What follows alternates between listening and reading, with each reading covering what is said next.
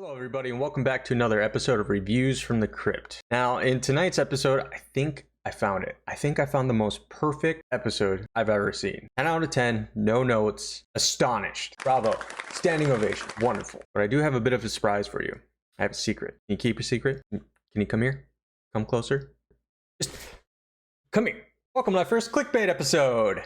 That's right. Today's review, I don't even know where to start, okay? I'm so baffled and confused. I don't know how to tackle it. I'm just gonna kind of go into it and see what happens. Mainly because as I was rewatching this episode, I couldn't remember shit.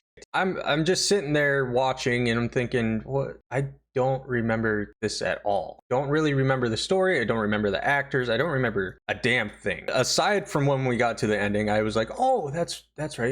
It's this one. Other than that, nothing. In my opinion, this episode was just dumb. It was just stupid, in my opinion. It's nothing against anybody who enjoyed this or any of the, well, maybe against the writers. But other than that, it's just my opinion. So bear with me. In this episode, the Crypt Keeper tells us a tale of love and just capturing that perfect moment in time. The one you never want to let go. Tonight's tale is called Lover Come Hack to Me. And this episode was directed by Tom Holland. That's right, Tom Holland, Spider-Man. No, not that Tom Holland. Tom Holland, who directed one of my favorite vampire films, Fright Night. He also directed a very iconic movie that brought a horror icon to life, Child's Play. He also took a crack at a couple Stephen King films, such as Langoliers and Thinner. So seeing Tom Holland's name on this was a bit of a shock to me because, again, this episode had really nothing of note to it. Well, in this tale, we follow a newlywed couple, Peggy and Charles, played by Amanda Palmer and Stephen Shellen. Amanda Palmer, the only thing I would really recognize her from, I actually didn't even recognize her from this, but she was Honey Bunny in Pulp Fiction. She's Wiress in The Hunger Games, and I guess she was in a few episodes of the new Star Trek series Picard. Never seen it. And then Stephen Shellen, that's how you pronounce your last name. All he did was a bunch of TV one-offs and stuff like that. It says he was in The Bodyguard with Whitney Houston like forever ago. Other than that, like, they don't really have any background worth noting at all. So it's very strange going from all the previous ones, having big name actors and like big tales and blockbuster hits that you would know people from, and then going to this. It was just very, I don't know where I am. Right? I'm lost. So anyway, they're getting ready to leave for their honeymoon. They're leaving their little marriage house. It's not a chapel. It looks like a funeral home or some shit like that. But they're packing the car and getting ready to leave. But there's the shrewd crone of a woman. She's Aunt Edith. I guess she's the guardian of Peggy. She's putting up a fuss, telling Peggy, you're gonna live to regret this. I mean, we all kind of have that family member who just has to have a word about something, give you their 2 cents. Well, they're packing up the car. Peggy gets inside and Aunt Edith just gets in Charles' face, and because Edith knows what he's up to, she's like, you don't love Peggy. You're just here for the money and the house and the bank account. That's all you love and that's all you care about. And he's just like, well, you don't love those things too? I mean, come on. And he's just kind of thrown it back in her face. He's like, you do the same thing. You've been living off of her for years. And he leans in and he's like, just make sure you're out of the house when we get back. So he's like, oh fuck. He's kicking on Edith to the curb, and she's just saying, I've lived here my whole life. And he's like, well, I guess you just gotta find a new place to die. And it's like, oh, that's cold. That's real cold, Charles. So he hops in the car, speeds off. You just see the cans dangling off the back of the car. And that always made me think, I'm like, how long do you keep those on your car before you're just like, okay, I got to pull over and take these things off because it's annoying as shit. I don't know why that's a tradition or was a tradition. I think it would be just the most annoying fucking sound you could ever hear. Well, anywho, after we peeled out,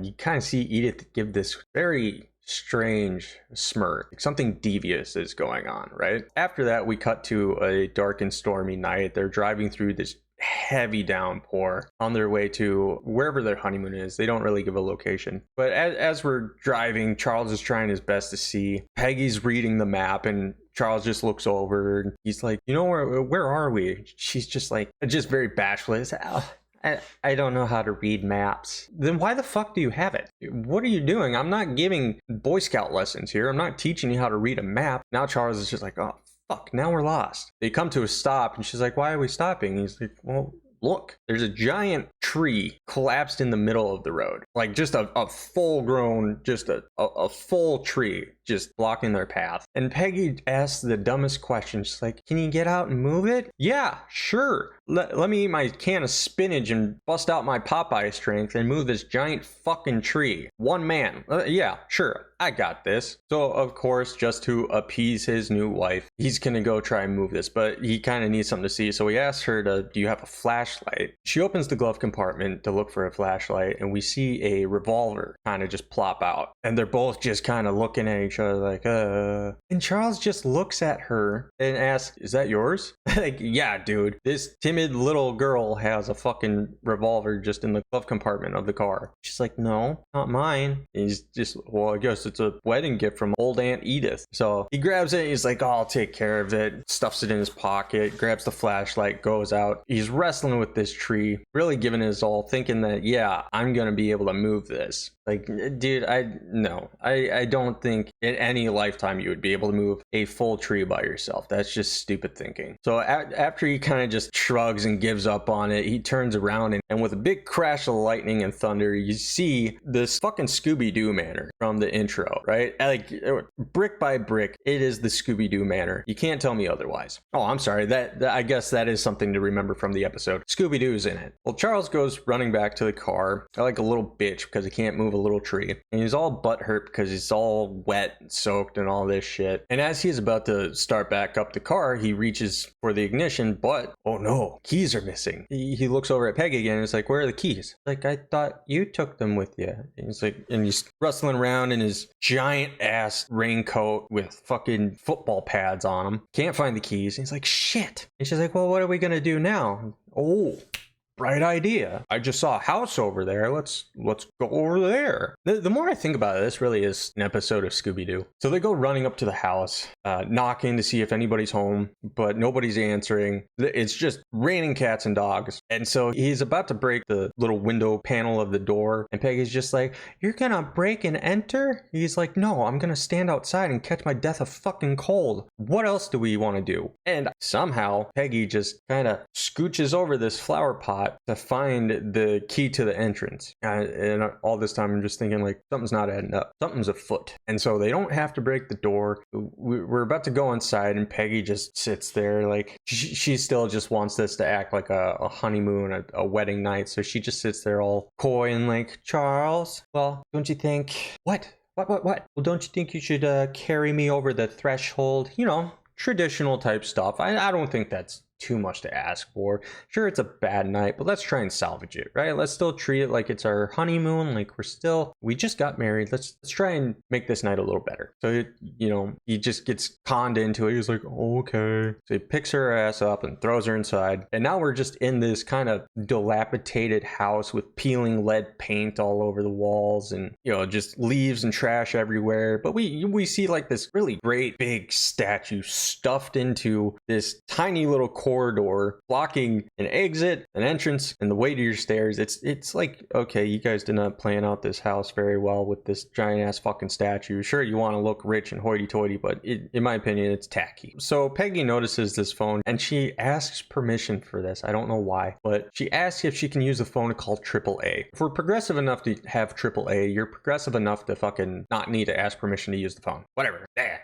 She tries using the phone, but of course it's dead because, just look at the state of the house, right? And now Charles, he wants to pull the Freddy of Scooby-Doo and like, well, let's split up, gang. Go look for some clues. Yeah, he wants to explore the house. Peggy's all scared. But what, you're just going to stand in the doorway all night? And, as we're exploring the house, we enter this living room space area and they're just kind of panning over it. And Peggy lets out this gasp for some reason. She's real shocked. He's like, what the fuck is it now? And she points at the fireplace, and over the fireplace is this giant executioner's axe. They walk up to it. Charles has to make some dumb joke about, oh, it must be a family portrait. It's probably someone's mother-in-law. Get it? Mother-in-law, battle axe, Edith. Yeah, whatever. You don't know comedy. And yeah, they make their way over to the fireplace, and Peggy notices that, I guess, somebody recently laid kindling and stuff to make a fire. And again, another question arises. You don't know how to read maps, but you know what a freshly laid kindle looks like to start a fire. Something's not adding up. But Charles, he's going to light the fire so we can get some warmth going from, standing outside in the cold and the rain and being all soaking wet, just kind of setting the mood. Because Peggy, she thinks fires are real romantic, very lovely for the night. And he's like, yeah, they're even more romantic when they're lit. Whatever. He is a real fucking douchebag. I don't know how they got married. Well, anywho, he starts taking off his clothes and he tells Peggy to do the same. And she looks at him all scared and like, what? Take off your wet clothes so they have a chance to dry. And since Peggy's a little shy, she's like, she's like, I'm gonna go grab the bags. I'll be right back. He's like, all right, whatever. And you see Charles like stripping down in front of the fire. And this dude he's caked up. Like, dude can open a bakery with that much cake. And Peggy kind of sees him getting undressed and she's like fucking scared with how much cake is being thrown at her. I think she might be diabetic. Well, she goes and grabs the bags. She comes back in. You see Charles just kind of freeballing it on the couch. And he's pulling out a bathrobe, lighting a cigarette, just trying to relax after this crazy evening that they're having. And Peggy's also changing into some new clothes. Charles says something about like how he wish he had a drink. And Peggy's saying, well, we have other things. He's like, what? And she replies with, well, we have each other. And he, again, very douchily says, yeah, okay, each other, right? And then it just kind of triggers in her brain that like, oh God, Edith was right. And she starts saying how like, oh, you don't really love me and you really did just marry me for my money and this and all this bullshit. And just really kind of guilt tripping him. I wouldn't say guilt tripping if it's true, but she starts doing this thing. Well, you don't really find me attractive, do you? And he's just like, ah, shit, I gotta put on an act now. He puts out his cigarette and he goes walking over to her. He's like, oh, of course I love you. Oh, don't you remember how many times I tried to get in your pants before we got married and you always said no? Oh, come on, babe, you know I love you. And she's like, really? You do? You really love me? And he's just like, yeah, totally love you. You're the girl for me. She's like, oh, you don't know how happy that makes me. Oh, I want this night to be so perfect. And so they make their way over to the couch. Like something got turned on. I think both of them. They start getting all frisky and shit. They make their way over to the couch. And another thing about this fucking episode is like every makeout scene is just the fucking worst. I remember my first kiss and it was not that great, but these are fucking worse than that. But anyway, they're making their way over and now they're on the couch and he's just kind of like ravaging her and shit like that. But she's like, no, stop, no. And he's like, what? I thought we were ready. I thought we were good to go. What's the holdup? She's like, not here. It needs to be in a bed. I want it in a bed. Fuck me in a bed. And he's like, all right, well, if we can find a bed, sure. So Scooby-Doo is going to go look for more clues now, right? And they're making their way through the house and they're going to head upstairs. But I noticed that when they go into that corridor again, they flip on a light switch and lights come on. Why didn't they try that in the first place? They were just walking through the house in the dark. All of a sudden the lights work. Not to mention this place looks like it's been abandoned for a long time. I would highly doubt that the electric company is still producing power to this residence. What is going on? Whatever. Well, we're starting to walk upstairs. Charles looks over and he notices that this clock starts ticking. He's like, what the fuck's up with this? She's like, I like the sound. It makes me calm and peaceful. And it's like, you act like you know this clock. You act like you've been here before. What the fuck? Well, now we finally climb these stairs. Charles lost Peggy. Peggy calls him into a room. And it's very strange because once we enter, we see a very pristine, freshly made canopy bed with like 1,000 candles laid out everywhere. And this whole room seems very out of place for this entire house. Like, I'm pretty sure there's been hobos shitting in the corner downstairs or just, it's all beaten down. But no, we have this very immaculate room, right? And Peggy's just like, oh, it looks like it was freshly made and it's perfect. I'm gonna go get ready. You light the candles. As Charles is lighting like 1,000 fucking candles while Peggy's freshening up, she's getting ready for the consummation of tonight. And they're having like this little conversation of something about like tonight being perfect. Again, don't remember because this episode was just whatever. And Charles is just mumbling. He's like, yeah, the perfect life and the perfect wife and the perfect. And as he's done lighting all the candles, he pulls out that little revolver from earlier, and he sets it down on the nightside table, and it's just like, ooh, he's up to something. So Charles is laying in bed. He's waiting for Peggy to finally come out, and Peggy comes creeping out of the door, and you see just this drastic change. She's dressed in like this black lingerie. She's got her hair teased and tossed up. She's got all this makeup on, just like really trying to seduce Charles now. And Charles looks over and he's like, holy fuck, whoa, who's this? And his jaw just drops, right? And Peggy's looks over at him and says, You like it? Oh, yeah, do you like that? and it's like, fucking God, dude, this episode's hard to get through. I'll be honest. This just like there's so much about this episode that I did not like. But anyway, Charles looks over and he finally catches his breath. They're like, oh yeah, I love it. Holy shit, come here. Let's. Ooh. It's like, oh, good. I'm so glad you like it. Tonight's gonna be perfect. Yeah, it's all about having everything be perfect for some fucking reason. Like, that's what she's all obsessed about, is perfection. And now we're gonna cut to just you know how I said like the makeout scenes are just terrible. Yeah, this next one, it reminds me of that tongue fight from Kung Pao. If anybody remembers that, I'll put a clip here.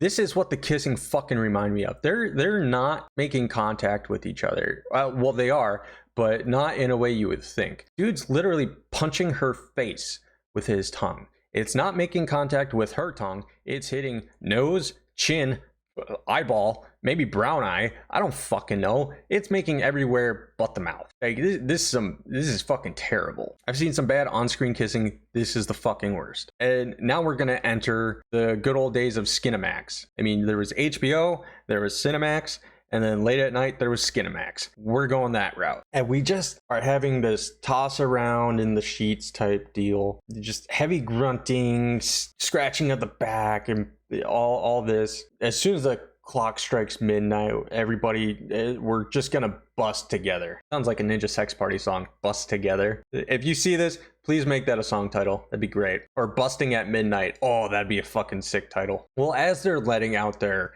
cries of passion and they reach that crescendo, the voices echo through the halls. It's so loud that apparently their love shatters time and breaks the fucking clock that was downstairs. And after that, you know, they're kind of canoodling and cuddling, and Peggy just gets into the crazy state again, the crazy wife type shit, and looks over at Charles like, we made a baby and she's this big. So Peggy thinks she's fucking 10 weeks pregnant already. They just got done. It's just more and more bullshit of this entire episode. Who's the fucking writer of this? I'm looking this up. I'm sorry. I'm getting distracted, but who the fuck wrote this? I know Stephen Dodd, you were like literally you're involved with a lot of pretty much every episode. Michael McDowell. He was the writer of fucking Beetlejuice and Nightmare Before Christmas. How the fuck did you write this episode, dude? This episode sucked. I'm sorry. Speaking out of passion. Huh? No, even the rating was fucking mid on IMDb. 6.4 out of 10. What did last episode get? 6.7 makes sense. 7.3, 7.7. Yeah, okay. I'm justified in this. A lot of people thought the same. I'm getting off topic. I'm so sorry. Right. Peggy's 10 weeks pregnant now. Love is shattered in time. And now we're going to cut to Charles is taking a nap like a baby. And he gets woken up by this commotion outside. Like, he hears a car pulling up and some dude's voice. And so he goes over to the window and he looks outside and he sees Peggy running into the arms of another man. And we're just thinking, whoa, kitten, calm down. And she starts, like, they're going at it. Like, these two are just, And she repeats the phrase again. It's like, oh, carry me over the threshold. And the guy's just like, let's go. And they run to the house like they're happily in love and shit. And they're just mauling each other in the hallway, just really going at it. And the guy is about to bring her upstairs. She's like, no, not in a bed. I want to do it somewhere special. It's like, okay, earlier you were asking for a bed because that was special. Now you're asking for somewhere else. Well, anyway, they go into the living room where I guess the fire is still going. And it's one of those very passionate moments where you don't give a fuck about your furniture or your antiques or anything, because they're just knocking everything over. They're gonna just rawr. Peggy's going to town on this dude. And they start making out, and again, more fucking tongue punching, just pet, pet, pet. And meanwhile, Charles is kind of creeping in, getting the scoop of everything, and he's just in shock. Like, he's flabbergasted, lost for words. What is going on? So Peggy and this dude just fucking plow right there on the couch in front of the fire, and Charles, he's just in total utter shock. He just can't believe it. He's kind of stumbling backwards and he falls into the clock, but we notice that the clock is now fixed. Well, what's going on? And Charles drops to his knees and he's just trying to gather his thoughts and whatever. He's like, I can't, everything was a lie. He's kind of trying to play the victim here. It's like, dude, you didn't even care about the marriage. You just wanted the money. And he comes to that realization. It's like, oh, it's whatever. I don't care. She's my wife. It's my money and I need it now. Call JG Wetworth 877 cash now. And so he peers back into the living room after having his manic moment, and Peggy's kind of just looking at this dude again, giving the same spiel she gave upstairs, saying, oh, we just made a baby, and she's pregnant again. She's gonna have twins or some shit. And she starts going off about how this is all perfect and our love is perfect, but love doesn't last forever. It starts to dwindle, and the passion runs cold and all this stuff. But she's like, not for us. I'm gonna preserve it. It's gonna last forever. So she grabs the axe on top of the fireplace and she holds it above her head and she's like, wake up, Alan. Wake up, Alan. And Alan finally wakes up. He's like, good, now go back to sleep. And she just starts raining down with the axe, and now Charles tries to intervene and stop all this, but he goes and jumps for the axe and stuff. He just phases right through Peggy. And it's like, oh, these are ghosts. Oh no. He comes to the realization, it's like, this is how Peggy's father died. This is their house. They're ghosts. Oh my God. He just sees what happened in the past of the night that Peggy was conceived in the house, right? But I guess it was all a dream, because he wakes up screaming, all up in a sweat, and Peggy's right next to him. He's like, what happened? What happened? And he's just explaining. He's like, oh, I had this crazy nightmare. Like, oh, I had a dream about your mother killing your father, and it was all crazy. She's like, that is crazy, because that's exactly what happened on the night I was conceived. She's standing in the bathroom door, and after she confirms that his dream was reality, she pulls out the axe herself and starts saying, I want exactly what my mother had that night.